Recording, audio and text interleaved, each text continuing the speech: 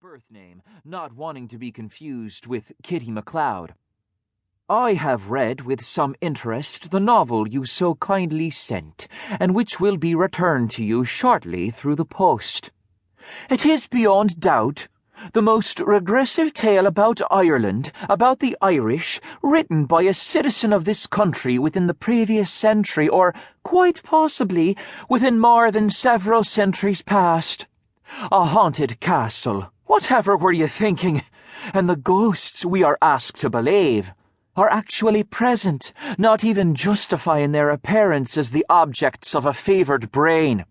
Soon you will be writing about leprechauns in little people and pots of gold, and hags and seers and kingdoms hidden under the earth.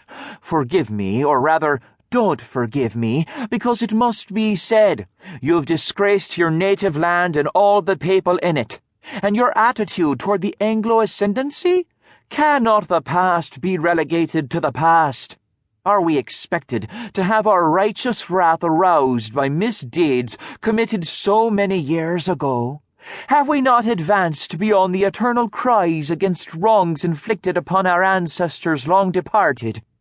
Please allow me to offer some explanation for your misguided efforts. I have been informed that your husband, Aaron MacLeod, nephew of the estimable Kitty MacLeod, is an American and reputed to be a writer. It is my surmise that he, not you, wrote this abomination. Not one native-born in Erin could possibly be so ignorant of what Ireland is and who the Irish are.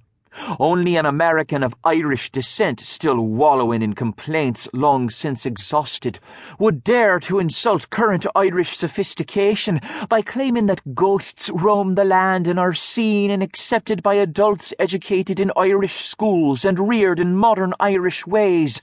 Only an American, whose people abandoned Ireland in distant times, would promote a sense of outrage against the English, to whom we are now reconciled except for some sullen Catholics in the north. The British, after all, have become our most active trading partner and a ready market for Irish exports. I do hope this exoneration, this naming of your American husband, is, for your sake, applicable. Allow me, in charity, to assume so. One thing more. I suggest that your husband renounce all literary pretensions and, with your assistance and at your insistence, invite you, a born Irishwoman with no doubt tales of her own to tell, to take his place at the computer while he becomes for once and forever a caper of pigs. I most strongly propose it. The future of Irish letters demands it. Most sincerely, Fiona O'Toole. During her time as a writer, Lolly, if she had not lost all her mirth, had been deprived of a goodly portion of her characteristic enjoyment of calamity. Uncertainty and doubt, as well as fears for her self-sufficiency, were emotions so new to her that she lacked the equipment to control, if not conquer them.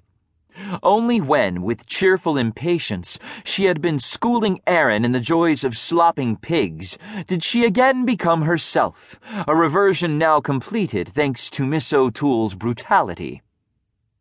Rather than dismiss the woman's words as the blind and ignorant rant of an obvious incompetent, a reaction Aaron himself had had to resort to on more than one occasion, Lolly had, with raucous delight, required her husband to repeat out loud choice passages that intensified her hilarity and heightened the pitch of her laughter. She was, however, disappointed that Miss O'Toole had failed to properly disdain the plot's resolution. To be rid of the ghosts, blow up the castle. This absurd denouement had been suggested by Kitty and her husband Kieran when Lolly had appealed to them for some way to bring the entire debacle to an acceptable conclusion. And the absurdity increased when they further suggested that gunpowder was already planted in the flagstones of the castle's great hall. Lolly was embarrassed by this want of invention, but, innocent that she was, she did as she was told.